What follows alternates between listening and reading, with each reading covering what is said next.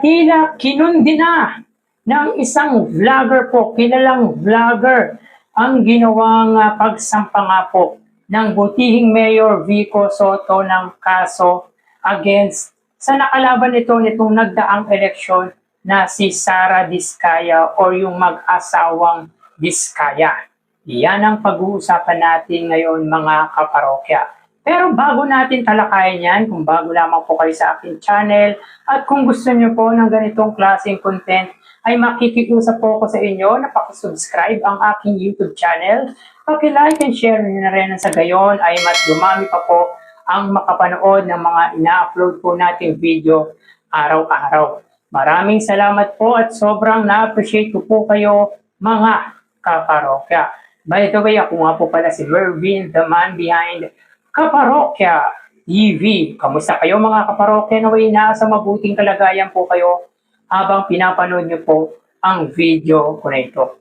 So yun nga po mga kaparokya, last Thursday ay nagsampa nga po ng kaso ang butihing Mayor Vico Sotto sa mag-asawang Diskaya, partikular nga po sa nakatunggali nitong nagdaang national or local election sa lungsod Pasig na si Sara Diskaya. Si Sara Diskaya po or yung mag-asawang Diskaya po ay kasalukuyang nakakulong sapagkat na-i-involve nga po ito sa maanomalyang flood control controversies. At last Thursday nga po mga kaparokya ay dumulog ito sa COMELEC para sampahan si Sara Diskaya sapagkat nilabag nga po nito yung Section 100 ng Omnibus Election Code or yung about nga po sa SOSE na kung saan ay ayon dito ay hindi daw po makatotohanan yung diniklarang ginastos po nito last local election. So sabi dito mga kaparokya ni Mayor Vico Sotto nung mapanood po natin yung in-interview nga po siya ng mga media. Ito daw po yung tamang timing para magsampa nga po ng kaso against them. Sapagkat kung during or kung before election time ay baka sabihin political or politically motivated ang butihing mayor. So para sa akin mga kaparokya, wala po tayong nakikitang mali sa ginawa ng butihing mayor Vico Sotto. Kumbaga mga kaparokya, humanap lang po siya ng perfect timing para sampahan ang mga taong lumabag nga po sa itinakda or sa inakda ng batas. At yun nga po mga kaparokya, may ilan nga po ang tumaas ang kilay sa ginawa ng butihing mayor Vico Sotto.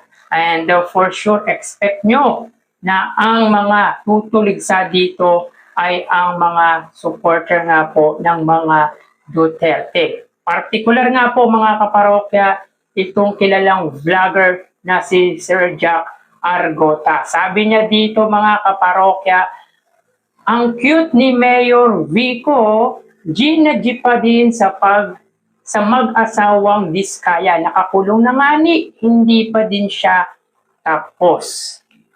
So mga kaparokya, alam naman po natin na si Sir Jack Argota ay solid supporter nga po ng mga Duterte.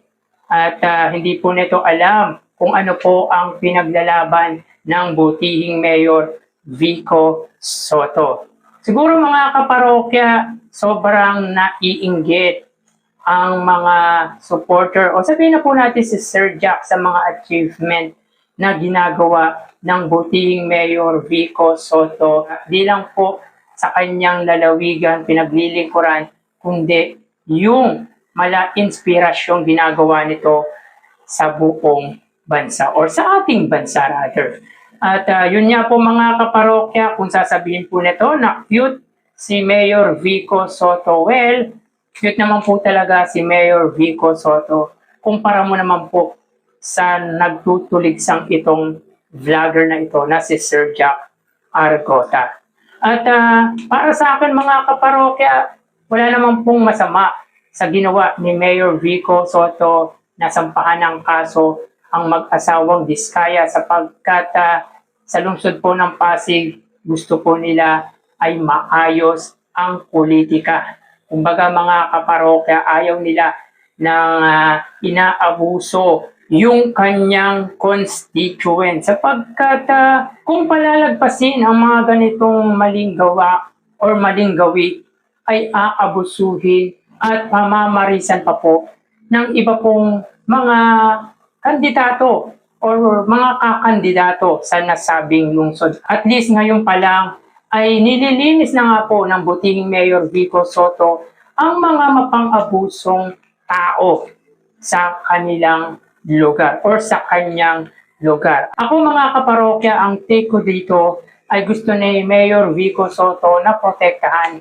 ang kanyang mga constituent dahil alam naman po natin na marami pong mapang-abusong mga tao or mga politiko na talagang inaabuso ang mga constituent. Gusto lang pong ipakita ni Mayor Vico Soto na sa lungsod Pasig ay meron nga pong malinis, maayos na politika. At ang ginawa nito ni Mayor Vico Soto ay dapat sapagkat siya po ang ama ng lungsod. Kahit sabihin pa po natin na nakakulong na po ang mag-asawang Diskaya, ang mali ay mali. Kumbaga mga kaparokya, kahit hindi natin po pwedeng sabihin na porkit nakakulong na po, ay dapat na po tayong huminto para gumawa ng aksyon sa mga taong lumabag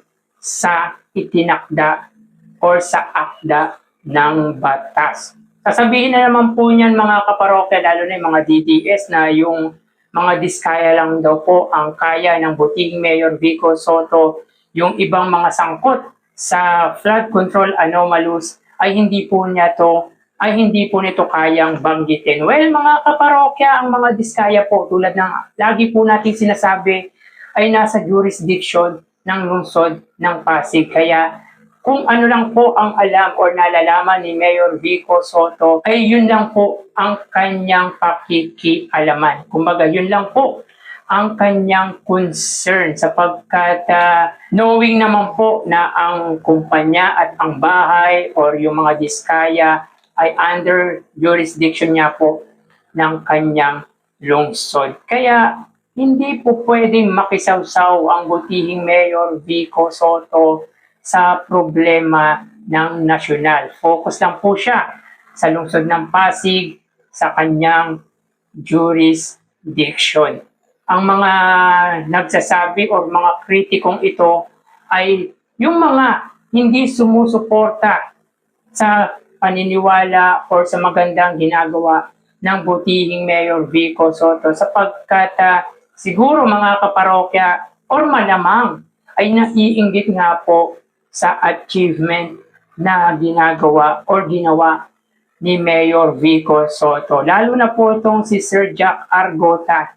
Minsan di ko na nga po pinapanood yung mga argument nito against sa mga or laban sa gobyerno dahil wala naman po kasing kasensense. Sa totoo lang po, wala pong kalaman-laman yung mga argument nito laban sa gobyerno ni Pangulong Bongbong Marcos. Kumbaga mga kaparokya, para sa akin ay hindi na po ito katiwala bilang isang vlogger. Kumbaga nawala na po yung tiwala ng karamihan sa mga kino-content nito sapagkat kung iisipin ay yung ibang issue nito ay talagang gawa-gawa na lamang. Tulad nga po mga kaparokya, nung health issue ni Pangulong Bongbong Marcos na kung saan kamakailan niya po ay pinatawag nga po siya or sinugpi na nga po siya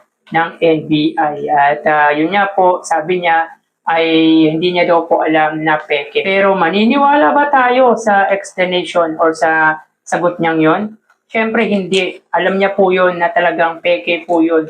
Pero para madepensa niya ang sarili niya, ay yun ang sasabihin niya dahil nakausap niya na po yung kanyang abogado. Well, again mga kaparokya, para sa akin ay dapat talagang kasuhan ni Mayor Vico Soto yung mga taong umabuso sa itinakda ng batas or sa inakda ng batas. Nakapagtaka naman po talaga na sobra-sobra yung ginastos mo nitong nagdaang eleksyon. Oo, maganda naman po yung ginawa ni yung katunggali nitong si Sara Vizcaya na namahagi ng mga pera o ng mga goods sa mga Pasigueño. Kumbaga mga kaparokya, sobra-sobra po yung ginastos nitong nagdaang eleksyon. So another kaso na naman po ang kahaharapin ng mag-asawang Vizcaya. At naniniwala ako mga kaparokya na kung ano po ang pinaglalaban ni Mayor Vico Soto ay pinag-aralan at talagang pinag-isipan niya po ito. So kayo mga kaparokya, anong masasabi niyo patungkol na po dito? So hanggang dito na lang po tayo. Magsingat po tayo palagi. Thank you and God bless.